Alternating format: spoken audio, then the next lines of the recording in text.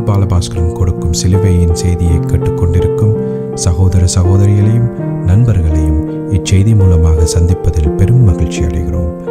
தாம் ஒருவரே ஞானமுள்ளவருமாயிருக்கிற தேவனுக்கு இயேசு கிறிஸ்துவின் மூலமாக என்றென்றைக்கும் மகிமையும் கனமும் உண்டாவதாக. ஆமீன். நான் பால் பாலபாஸ்கரன். நான் ஒரு இவாஞ்சலிஸ்ட். சிலுவையின் செய்தி என்ற இந்த நிகழ்ச்சியில் என் சகோதரர்கள், என் சகோதரிகள், என் நண்பர்கள் எல்லோரையும் மறுபடியும் சந்திப்பதில் நான் பெரும் மகிழ்ச்சி அடைகிறேன். இந்த அருமையான நேரத்தை எங்கள் கர்த்தராகிய இயேசு கிறிஸ்து எங்களுக்கு ஒதுக்கி தந்தார். அதற்காக இன்றைக்கும் சோஸ்திரம். இந்த நேரத்தில் கர்த்தருடைய வார்த்தைகளை உங்களோடு பகிர்ந்து கொள்வது எனக்கு மிகுந்த சந்தோஷத்தை அளிக்கிறது என்பதை நீங்கள் நிச்சயமாக அறிந்து கொள்ள வேண்டும். அப்போ கர்த்தருடைய வார்த்தை என்று சொல்லப்படும் பொழுது மத்தேயு 4:4 சொல்லப்பட்ட அந்த நம்முடைய ஆண்டவராகிய இயேசு கிறிஸ்து சொல்லியிருக்கிற அந்த வேத வார்த்தை தான் எனக்கு ஞாபகத்துக்கு வருகிறது. மனுஷன் அப்பத்தினால் மாத்திரமல்ல, தேவனுடைய வாயிலிருந்து புறப்படுகிற ஒவ்வொரு வார்த்தையினாலும் பிழைப்பான். அப்போ தேவனுடைய வார்த்தையினாலேயே மனுஷன் பிழைப்பான் என்பதை நம்முடைய ஆண்டவராகிய இயேசு கிறிஸ்து மத்தேயு 4:4 தெளிவாக சொல்லியிருக்கிறார். அப்போ தேவனுடைய வார்த்தை ஜீவ வார்த்தை. அந்த ஜீவ வார்த்தை பிரகடனப்படுத்துறது சிலுவையில் அறையப்பட்ட இயேசு கிறிஸ்துவே. ஆனபடியால் தான் பவுல் அப்போஸ்தலர் நாங்களோ 1 கொரிந்தியர் 1:23 நாங்களோ சிலுவையில் அறையப்பட்ட கிறிஸ்துவை பிரசங்கிக்கிறோம் என்று 1 கொரிந்தியர் 1:23 சொன்னவர் 1 கொரிந்தியர் 2:2 இயேசு கிறிஸ்துவை சிலுவையில் அறையப்பட்ட அவரையே அன்றி வேறொன்றையும் உங்களுக்குள் அறியாதிருக்க தீர்மானித்திருந்தேன் என்று தெளிவாக சொல்லியிருக்கிறார். அப்போ அறிய வேண்டியது இயேசு கிறிஸ்துவையும் அவர் சிலுவையில் செய்து முடித்தது என்பதையும் நாம் தெளிவாக அறிந்து கொள்ள வேண்டும். அதை பற்றியே வேத வார்த்தைகள் முழுக்க ஆதியாகமம் 1:1 இருந்து வெளி 22:21 வரையும் சொல்லப்பட்டிருக்கிற சகல வேத வாக்கியங்களும் அதையே பிரகடனப்படுத்துகிறது என்பதை நாம் தெளிவாக அறிந்து அதை நம்முடைய இருதயத்தில் உறுதியாக நாட்டி வைத்திருக்கும் பொழுது தாறுமாறான ஆவிகளுக்கு நாங்கள் இடம் கொடுக்காமல் பரிசுத்த ஆவியானவருடைய குரலை கேட்டு அதற்கேற்றபடி நடக்கக்கூடிய வாய்ப்பை நம்முடைய ஆண்டவர் நமக்கு தந்திருக்கிறார். நாம் இப்பொழுது நேரடியாக ரோமர் 6:13 போவோம். ரோமர் 6:13 நீங்கள் உங்கள் அவயவங்களை அநீதியின் ஆயுதங்களாக அந்த பாவத்திற்கு ஒப்பு கொடாமல் உங்களை மரித்தோரிலிருந்து பிழைத்திருக்கிறவர்களாக தேவனுக்கு ஒப்பு கொடுத்து உங்கள் அவயவங்களை நீதிக்குரிய ஆயுதங்களாக தேவனுக்கு ஒப்பு கொடுங்கள். அப்போ நீதிக்குரிய ஆயுதமாக நம்முடைய அவயவங்களை தேவனுக்கு ஒப்பு கொடுக்க வேண்டும் என்பது தான் இந்த வேத வாக்கியத்தின் மிக முக்கியமான அம்சம். இதற்கு நான் இந்த வேத வார்த்தைக்கு நான் தெரிந்து கொண்ட பிரதான தலையங்கம், உங்கள் அவயவங்களை நீதிக்குரிய ஆயுதங்களாக ஒப்புக்கொடுங்கள். மறுபடியும் இந்த வேத வார்த்தைக்கு நான் தெரிந்து கொண்ட தலையங்கம், உங்கள் அவயவங்களை நீதிக்குரிய ஆயுதங்களாக ஒப்புக்கொடுங்கள். நாம் ஜெபத்திற்கு கடந்து செல்லுவோம். அருமையானங்கள் பிதாவே உமக்கு ஸ்தோத்திரம். பரலோகத்தின் தேவனே உமக்கு ஸ்தோத்திரம். கர்த்தராகிய எங்கள் ஆண்டவரே உமக்கு ஸ்தோத்திரம். அருமையான பிதாவே, உம்முடைய குமாரன் இயேசு கிறிஸ்துவே பலியாக சிலுவையில் ஒப்பு கொடுத்து அவருடைய வெளியேறப்பெற்ற இரத்தத்தினால் நீர் எங்களை மீட்டு கொண்டீர். அதற்காக இன்றைக்கும் சோஸ்திரம். இந்த வேத வார்த்தைகளை கேட்டுக்கொண்டிருக்கிற என் சகோதரர்கள், சகோதரிகள், நண்பர்கள் எல்லோரையும் தவறீர் ஆசீர்வதித்து அபிஷேகித்து பிரகாசமான மனக்கண்களை அவர்களுக்கு கொடுத்து உம்முடைய வேத வார்த்தைகளை அறிந்து கொள்ளக்கூடிய பாக்கியத்தை அவர்களுக்கு கொடுத்தருள வேணுமென்றும், அதே நேரம் அடியேனையும் அபிஷேகித்து அவர்களுக்கு நிதானமான முறையில் போதிக்க உம்முடைய பரிசுத்த ஆவியானவர் அவரே முன்னின்று போதனை செய்ய வேணுமென்று என் கர்த்தராகிய இயேசு கிறிஸ்துவின் நாமத்தினால் கேட்டுக்கொள்கிறேன் பிதாவே. ஆமேன் and amen and amen. Hallelujah, hallelujah, hallelujah. Thank you Jesus. Praise the Lord, praise the Lord. அப்போ கடைசியாக நான் உங்களுக்கு ஒரு கேள்வி ஒன்றை கேட்டு, கடைசி செய்தியில் ஒரு முக்கியமான ஒரு கேள்வி, அநேகமான கிறிஸ்தவர்களால் கேட்கப்படுகிற ஒரு கேள்வியை கேட்டிருந்தேன். அது என்னென்று சொன்னால், விசுவாசியின் விருப்பத்தை சாத்தான் பலவந்தமாக வற்புறுத்த முடியுமா? பலவந்தமாக வற்புறுத்த முடியுமா என்ற கேள்வியை அநேகமான கிறிஸ்தவர்கள் இந்த கேள்வியை கேட்கிறார்கள். அதற்கு தெளிவாக ரோமர் 7:15 அவர்கள் தெளிவாக வாசிப்பார்களாயிருந்தால் அந்த ஒரு வசனம் தெளிவாக என்ன சொல்லுகிறது? இலகுவாக சாத்தானால முடியும். நம்முடைய விருப்பத்தை பலவந்தமாக மாற்றி வேறு திசைக்கு கொண்டு போகிறதுக்கு சாத்தானால் முடியும் என்பதை நாம் தெளிவாக அறிந்து கொள்ள வேண்டும். அப்போ 7:15 எப்படியெனில், நான் செய்கிறது எனக்கே சம்மதி இல்லை, நான் விரும்புகிறதை செய்யாமல் நான் வெறுக்கிறதையே செய்கிறேன் என்று சொல்லி பவுல் அப்போஸ்தலர் சொல்கிறதுன்ற காரணம் என்ன? சாத்தான் அவரை பலவந்தமாக வற்புறுத்தி அவர் விரும்புகிறதை செய்யாமல் அவர் வெறுக்கிறதை செய்ய பண்ணினான் என்பதை ரோமர் 7:15 நிரூபிக்கிறது. அதை மேலும் பவுல் அப்போஸ்தலர் 7:18 அது எப்படி எனில், என்னிடத்தில், அதாவது என் மாம்சத்தில் நன்மை வாசமாக இருக்கிறது இல்லை என்று நான் அறிந்திருக்கிறேன். அப்போ கிறிஸ்தவர்கள் அறிந்து கொள்ள வேண்டிய மிக முக்கியமான ஒரு உண்மை என்ன? என்னுடைய மாம்சத்தில் நன்மை வாசமாய் இருக்கிறது இல்லை என்பதை ஒவ்வொரு கிறிஸ்தவனும் அறிந்து கொள்ள வேண்டும். நன்மை செய்ய வேண்டும் என்கிற விருப்பம் என்னிடத்தில் இருக்கிறது, நன்மை செய்வதோ என்னிடத்தில் இல்லை என்று தெளிவாக பவுல் அப்போஸ்தலர் சொல்லியிருக்கிறார். அப்போ இதனுடைய ஆவிக்குரிய பொருளை நாம் அறிந்து கொள்ள வேண்டியது மிக முக்கியமானது. அது எப்படி எனில், என்னிடத்தில், அதாவது என் மாம்சத்தில். அப்போ அதனுடைய அர்த்தம் என்ன? ஒருவனுடைய சுய பலத்தையும் ஒருவனுடைய கெட்டுத்தனத்தையும் பற்றி இங்கு சொல்லப்படுகிறது. நன்மை வாசமாயிருக்கிறது இல்லை என்று நான் அறிந்திருக்கிறேன், நன்மை செய்ய வேண்டும் என்கிற விருப்பம் என்னிடத்தில் இருக்கிறது. அப்போ விருப்பத்தினுடைய வல்லமையை இந்த வேத வார்த்தையில் நாம் காணக்கூடியதாக இருக்கிறது. விருப்பத்துக்கு ஒரு வல்லமை உண்டு. நன்மை செய்ய வேண்டும் என்கிற விருப்பம் என்னிடத்தில் இருக்கிறது. அப்போ அந்த விருப்பத்துக்கு ஒரு வல்லமை இருக்கின்றது நாம் அறிந்து கொள்ள வேணும். அடுத்தது, நன்மை செய்வதோ என்னிடத்தில் இல்லை. கவனமாக கேட்டுக்கொள்ளுங்கள். விருப்பத்துக்கு ஒரு வல்லமை இருக்குது, ஆனால் அந்த வல்லமை விருப்பத்தை நிறைவேற்றுகிறதற்கு காணாது என்பதை நாம் அறிந்து கொள்ள வேண்டும். அப்போ சாத்தான் ஒரு விசுவாசிய பாவ சுபாவத்தின் ஊடாக விசுவாசி செய்ய விரும்பாததை செய்ய சொல்லி வற்புறுத்த முடியும் என்பதைத்தான் அவர் இந்த வேத வாக்கியத்தில் வலியுறுத்தி இருக்கிறார்.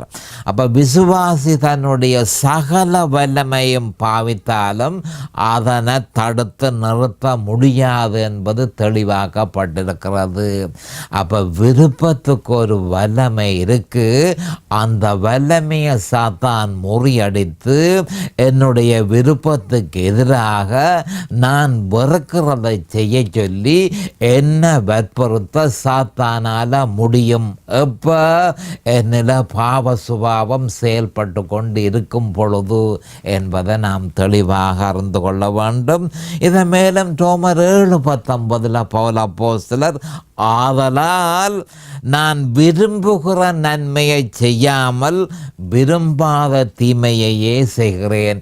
இதைத்தான் கிறிஸ்தவர்கள் ஒவ்வொரு நாளும், ஏராளமான கிறிஸ்தவர்கள், பாவ சுபாவத்தினால ஆட்கொள்ளப்பட்ட கிறிஸ்தவர்கள் ஒவ்வொரு நாளும் செய்து கொண்டிருக்கிற அலுவலையே பவுல் அப்போஸ்தலர் 7:19 சொல்லியிருக்கிறார். தான் அப்படி செய்தேன் என்று சொல்லி, நான் விரும்புகிற நன்மையை செய்யாமல் விரும்பாத தீமையையே செய்கிறேன். அப்போ இதனுடைய ஆவிக்குரிய பொருளை நாங்கள் பார்ப்போம். ஆதலால் நான் விரும்புகிற நன்மையை செய்யாமல், அப்போ நன்மை செய்ய வேண்டும் என்ற விருப்பம் என்னிடத்தில் இருக்கு. நான் நன்மை செய்ய வேண்டும் முயற்சிக்கிறேன். ஆனால் என்னால் நன்மை செய்ய இயலாமல் இருக்குது என்று சொல்லி பவுல் அப்போஸ்தலர் தெளிவாக சொல்லியிருக்கிறார். பாவ சுபாவம் அவரை ஆண்டு கொண்டிருக்கும் பொழுது, அவர் ஒரு கிறிஸ்தவன், பாவ சுபாவம் அவரை ஆண்டு கொண்டிருக்கும் பொழுது அவரால் அவருடைய விருப்பத்தை செய்ய முடியவில்லை என்பதைத்தான் நான் விரும்புகிற நன்மையை செய்யாமல் விரும்பாத தீமையையே செய்கிறேன். அப்போ எனக்கு அதை நான் செய்தது எனக்கு செய்ய விருப்பம் இல்லை, அது செய்ய எனக்கு விருப்பம் இல்லை, எப்படியோ நான் அதை செய்து போடுகிறேன். அப்படியா இருந்தால் நான் பலவந்தப்படுத்தப்படுகிறேன், அப்படியா இருந்தால் நான் வற்புறுத்தப்படுகிறேன், நிர்பந்தமான மனுஷன் நான் என்று சொல்லி ரோமர் 7:24 பவுல் அப்போஸ்தலர் சொல்லியிருக்கிறார். அப்போ இதுகளெல்லாம் பவுல் அப்போஸ்தலருக்கு நடந்தது. ஜெயம் கொண்ட கிறிஸ்தவ வாழ்க்கையை வாழ்கிறதற்கு தேவனால நியமிக்கப்பட்ட வழியை அறிய முதல். கலாத்தியர் 1:11-12 பார்ப்பீர்களாயிருந்தால், ஆண்டவராகிய இயேசு கிறிஸ்து அவருக்கு அந்த வெளிப்பாட்டை கொடுத்திருந்தார். ஜெயம் கொண்ட கிறிஸ்தவ வாழ்க்கையை நடத்துவதற்கு தேவனால நியமிக்கப்பட்ட வழியை ஆண்டவராகிய இயேசு கிறிஸ்து பவுல் அப்போஸ்தலருக்கு கொடுத்திருந்தார். அந்த வெளிப்பாடு கிடைக்க முந்தியே இதுகள் நடந்தது. கிறிஸ்தவனாக இருந்து கொண்டு அந்த வெளிப்பாடு கிடைக்க முந்தித்தான் அவர் ஆதலால் நான் விரும்புகிற நன்மையை செய்யாமல் விரும்பாத தீமையையே செய்கிறேன் என்று சொல்லி ரோமர் 7:19 சொல்லியிருக்கிறார். இது அவருக்கு அந்த வெளிப்பாடு கிடைக்கிறதுக்கு முந்தி தான் என்ன செய்தேன் என்று சொல்லியிருக்கிறார். அப்போ பவுல் அப்போஸ்தலருக்கே இப்படி சம்பவிக்க முடியுமானால் நமக்கு இன்னும் அதிகமாய் சம்பவிக்கும் என்பதை நாம் தெளிவாக அறிந்து கொள்ள வேண்டும். அவருக்கு அந்த வெளிப்பாடு கிடைக்க முந்தி இப்படி நடந்தது. எப்படி நடந்தது? நான் விரும்புகிற நன்மையை செய்யாமல் விரும்பாத தீமையையே செய்கிறேன். இதே மாதிரியே இந்த வெளிப்பாடு ரோமர் 6 கொடுக்கப்பட்டிருக்கிற வெளிப்பாடு ஜெயம் கொண்ட கிறிஸ்தவ வாழ்க்கைக்கு தேவனால நியமிக்கப்பட்ட வழி ரோமர் 6 கொடுக்கப்பட்டிருக்கிறது. இதில் கொடுக்கப்பட்டிருக்கிற இந்த வழியை ஒரு கிறிஸ்தவன் அறியவில்லையா இருந்தால் அவனுக்கும் ரோமர் 7:19 சம்பவிக்கும் என்பதை நாம் தெளிவாக அறிந்து கொள்ள வேண்டும். அப்போ விருப்பத்தின் வல்லமை முக்கியமானதாக இருந்தாலும் விருப்பத்துக்கு ஒவ்வொரு கிறிஸ்தவனும் விரும்புகிறான். அப்போ அந்த விருப்பத்துக்கு ஒரு வல்லமை இருக்கிறது. ஆனால் அந்த வல்லமை போதாது. என்பதை நாம் தெளிவாக அறிந்து கொள்ள வேண்டும். அப்போ கோடிக்கணக்கான கிறிஸ்தவர்கள் தற்பொழுது தங்களுடைய முழு பலத்தோட தேவனுக்கு முன்பாக நீதியாக வாழ வேண்டுமென்று அவர்கள் முயற்சித்தாலும் அவர்களால் இயலாமல் இருக்கிறது என்பதை நாம் அறிந்து கொள்ள வேண்டும்.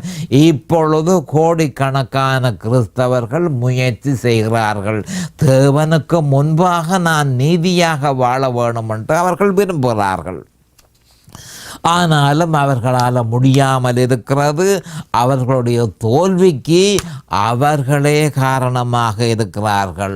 அவர்களுடைய செய்கைகள் எல்லாவற்றிற்கும் பலன் இல்லாமல் இல்லை. சகல பாவங்களுக்கும் பிரதிபலன்கள் உண்டு என்பதை நாம் அறிந்து கொள்ள வேணும். ஆயினும் விசுவாசிகள் பரிசுத்தத்துக்கு சிலுவை, கவனமாக கேட்டுக்கொள்ளுங்கள், ரட்சிப்புக்கு சிலுவை, பரிசுத்தத்துக்கு சிலுவை. அப்போ ரட்சிப்புக்கு சிலுவையை அறிந்த விசுவாசிகள் பரிசுத்தத்துக்கும் சிலுவை என்ற கோட்பாடை அறியாததன் நிமித்தம் அவர்கள் கடுமையாக முயற்சி செய்கிறார்கள். கடுமையாக முயற்சி செய்து தேவனுக்கு முன்பாக நீதியாக வாழ வேணும் என்று முயற்சி எடுக்கிறார்கள். ஆனால் அதே நேரம் பெரும் தோல்வி, பவுல் அப்போஸ்தலர் 7:19 சொன்ன மாதிரி பெரும் தோல்வியை அவர்கள் சந்திக்கிறார்கள். உண்மை என்னவென்றால் அநேகமான போதகர்கள், நான் எல்லாரையும் சொல்லவில்லை, அநேகமான போதகர்கள் பொதுவாக சொல்லுகிற ஆலோசனை என்ன? கடுமையாக முயற்சி செய்யுங்கள், கடுமையாக முயற்சி செய்யுங்கள் என்ற ஆலோசனை அடிக்கடி ஜனங்களுக்கு அவர்கள் கொடுத்த வண்ணமாகவே இருக்கிறார்கள். ஆனால் அவர்கள் ஏற்கனவே கடுமையாகத்தான் முயற்சி செய்கிறார்கள் என்பதை இவர்கள் அறியாமல் இருக்கிறார்கள். இதை இன்னொரு வழியில் நாம் சொல்லுவதாக இருந்தால், வெற்றி விருப்பத்தின் வல்லமையில் அல்ல. கவனமாக கேட்டுக்கொள்ளுங்கள். ஜெயம் கொண்ட கிறிஸ்தவ வாழ்க்கை என்னுடைய விருப்பத்தின் வல்லமையினால் அல்ல, கிறிஸ்துவிலும் சிலுவையிலுமே வெற்றி இருக்கிறது என்பதை நாம் அறிந்து கொள்ள வேண்டும். இதனைத்தான் ரோமர் 6:3-5 ரோமர் 6ஆம் அதிகாரம் 3ஆம் வசனத்திலிருந்து 5ஆம் வசனம் வரையும் இந்த உண்மையை தெளிவாக சொல்லியிருக்கிறது. அப்போ எந்த விருப்பத்தின் வல்லமையால் எனக்கு வெற்றி கிடைக்க போகிறதில்லை. வெற்றி எந்த காலத்திலும் இயேசு கிறிஸ்துவிலும் அவர் சிலுவையில் செய்து முடித்ததிலும்.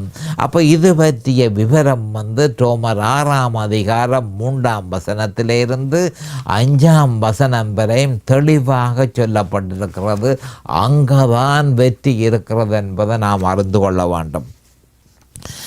எவ்வளவாக முயற்சி செய்தாலும் சொந்த பலத்தினால வெற்றி சாத்தியப்பட போகிறதில்லை என்பதை நாம் தெளிவாக அறிந்து கொள்ள வேண்டும். தற்போது சபைகளில் கிட்டத்தட்ட சகலரும், அநேகமான கிறிஸ்தவர்கள் தோல்வியை தழுவிய வண்ணமாகவே இருக்கிறார்கள். இதை கேட்க அவர்கள் விருப்பப்படுகிறார்களோ இல்லையோ, அநேகமான கிறிஸ்தவர்களுடைய வாழ்க்கையில் படுதோல்வி அவர்கள் சந்தித்த வண்ணமாக இருக்கிறார்கள். அவர்கள் செய்ய வேணும், நன்மை செய்ய வேணும், தேவனுக்கு முன்பாக நீதியாக வாழ வேண்டும் என்று முயற்சிக்கிறார்கள். முடிவில் படுதோல்வி அவர்கள் சந்திக்கிறார்கள். இதனை அவர்கள் உணர்ந்து கொண்டார்களோ இல்லையோ, தோல்வி தொடர்கிறது என்பதை நாம் அறிந்து கொள்ள வேண்டும். வேதனைக்குரிய ஒரு விஷயம் இது. யாருக்கு நான் இதனை சொல்லுகிறேன் என்று சொன்னால், மறுபிறப்பு பெற்ற உண்மையான கிறிஸ்தவர்களுக்கே சொல்லுகிறேன். இந்த ஜனங்கள், அப்போ மறுபிறப்பு பெற்ற ஜனங்களுக்கே இந்த உண்மையை நான் சொல்லுகிறேன். இந்த ஜனங்கள் கர்த்தரிலே அன்பு செலுத்துகிறார்கள். அதே நேரம் நாம் அறிய வேண்டிய ஒரு மிக முக்கியமான உண்மை என்னவென்றால், சபைகளில் உள்ள கோடிக்கணக்கான மனுஷர்கள் இன்னும் ரட்சிக்கப்படாமல் இருக்கிறார்கள் என்பதை நாம் அறிந்து கொள்ள வேண்டும். சுருக்கமாக சொல்லப்போனால் அநேகமான சபைகளில் இருக்கிற போதகர்களுமே ரட்சிக்கப்படாதவர்களாக இருக்கிறார்கள். அவர்களை பற்றி நான் இங்கு பேசவில்லை. மறுபிறப்பு பெற்ற கிறிஸ்தவர்களை பற்றியே நான் சொல்கிறேன். ஏராளமான சபைகளில் ஏராளமான சர்ச்சஸ்கள் வழியே இருக்கிற அநேகமான கிறிஸ்தவர்கள் மறுபுறப்பண்டா என்னண்டே தெரியாதவர்களாக இருக்கிறார்கள். அவர்கள் ரட்சிக்கப்படவில்லை. அவர்களை பற்றி நான் சொல்லவில்லை. அப்போ நான் பேசுகிறது யாரை பற்றி? உண்மையில் மறுபிறப்பு பெற்ற கிறிஸ்தவர்கள், மற்றது தேவனிடத்திலே அவர்கள் அன்பாக இருக்கிறார்கள்.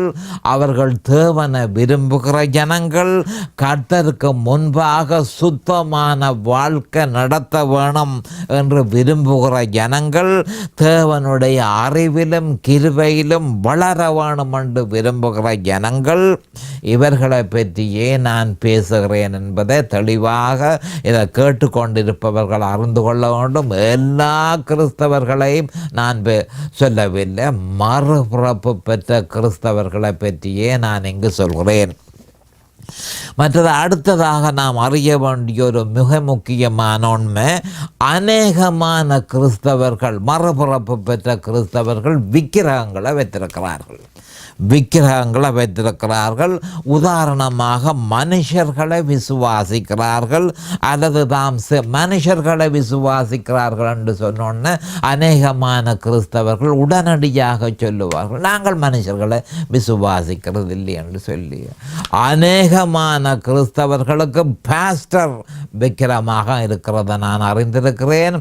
அநேகமான கிறிஸ்தவர்களுக்கு சர்ச் விக்கிரகமாக இருக்கிறத நான் அறிந்திருக்கிறேன். அநேகமான கிறிஸ்தவர்களுக்கு ஆலோசனை, மனோதத்துவ ஆலோசனை கொடுக்கிற மனுஷர்கள், அவர்கள் விக்கிரகங்களாக இருக்கிறத நான் அறிந்திருக்கிறேன். அப்போ இதெல்லாம் அப்போ விக்கிரகம் என்று சொல்லுகிறது மனுஷர்களை அவர்கள் விசுவாசிக்கிறார்கள். தங்களுடைய இருதயத்திலே இருந்து கற்பம் தரித்த சிந்தனைகளை அவர்கள் விசுவாசித்து அதனை நடைமுறைப்படுத்துகிறார்கள். நோக்கத்தினால் உந்தப்பட்ட வாழ்க்கை, பர்பஸ் ட்ரிவன் லைஃப், இதற்கு ஒரு நல்ல ஒரு உதாரணம் என்பதை நாம் அறிந்து கொள்ள வேண்டும். அப்போ 1 யோவான் 5:21 யோவான் தெளிவாக சொல்லியிருக்கிறார். விக்கிரகங்களை பற்றி அவர் குறிப்பிட்டிருக்கிறார். அப்போ அவர் இந்த கையினால் செய்யப்பட்ட ஒரு உருவத்தை பற்றி அங்கே சொல்லவில்லை. கிறிஸ்தவர்களுக்கு பிள்ளைகளே விக்கிரகங்களை விட்டு விலகி ஓடுங்கள் என்று சொல்லி 1 யோவான் 5:21 தெளிவாக சொல்லியிருக்கிறார். அப்போ இந்த விக்கிரகங்கள் என்ன பிரச்சனை? அநேகமான கிறிஸ்தவர்களுக்கு விக்கிரகங்கள், விசுவாசம் இருக்க வேண்டிய இடத்துல இல்லை. அவர்கள் விக்கிரகங்களை முக்கியமாக விசுவாசிக்கிறார்கள். பாஸ்டரை விசுவாசிக்கிறார்கள், அதில் தப்பு இல்லை. பாஸ்டருக்கு மரியாதை கொடுக்க வேண்டியது மிக முக்கியம். ஆனால் பாஸ்டரை விசுவாசிக்க வேண்டிய அவசியம் இல்லை. ஏன்? பாஸ்டர் எனக்காக சிலுவைக்கு போகவும் இல்லை, பாஸ்டர் எனக்காக சிலுவையில் இரத்தம் சிந்தவும் இல்லை. ஆனபடியால் பாஸ்டர் மரியாதைக்குரியவரே தவிர பாஸ்டர் கடவுள் இல்லை என்பதை நாம் தெளிவாக அறிந்து கொள்ள வேண்டும். அநேகமான மறுபிறப்பு பெற்ற கிறிஸ்தவர்களுக்கு பாஸ்டர் ஒரு முக்கியமாக விக்கிரமாக தெரிகிறது, சர்ச் ஒரு விக்கிரமாக தெரிகிறது. இதனை பற்றி தான் நான் சொல்லுகிறேன். அப்போ விக்கிரகங்கள் எந்த காலமும் விசுவாசத்தை வேறொரு இடத்துக்கு திருப்பி செல்கிறது என்பதை நாம் அறிந்து கொள்ள வேண்டும். அநேகர் தேவனுக்கேற்ற முறையில் வாழ வேண்டும் என்று முயற்சி செய்தும் முடியாமல் போயிருக்கிறார்கள். ஏன்? அவர்கள் சிலுவைக்கு அப்பால் போயிருக்கிறபடியினால், சிலுவைக்கு அப்பால் அவர்கள் போய் விசுவாசிக்க தொடங்கினதன் நிமித்தம் தேவனுக்கு ஏற்ற முறையிலே அவர்களால் வாழ முடியாமல் இருக்கிறது. இனிமேலும் அவர்களால் தேவ தேவனுக்கு ஏற்ற முறையில் வாழ முடியாமல் இருக்கிறது. அது எப்படி என்றால் அவர்களுக்கு ரோமர் 6ஆம் அதிகாரத்தில் சொல்லப்பட்டிருக்கிற வேத வார்த்தைகளை பற்றி, ஜீவ வார்த்தைகளை பற்றி, ஜெயம் கொண்ட கிறிஸ்தவ வாழ்க்கைக்கு தேவனால் நியமிக்கப்பட்ட வழி அது என்பதை அவர்கள் அறியாமல் இருந்து, அதை அறியாமல் விசுவாசம் வைக்க வேண்டிய இடத்துல வைக்காமல் வேறொன்றுக்கு அவர்கள் திசை திருப்பினதன் நிமித்தம் தேவனுக்கு ஏற்ற முறையிலே அவர்கள் வாழ முடியாமல் இருக்கின்றது.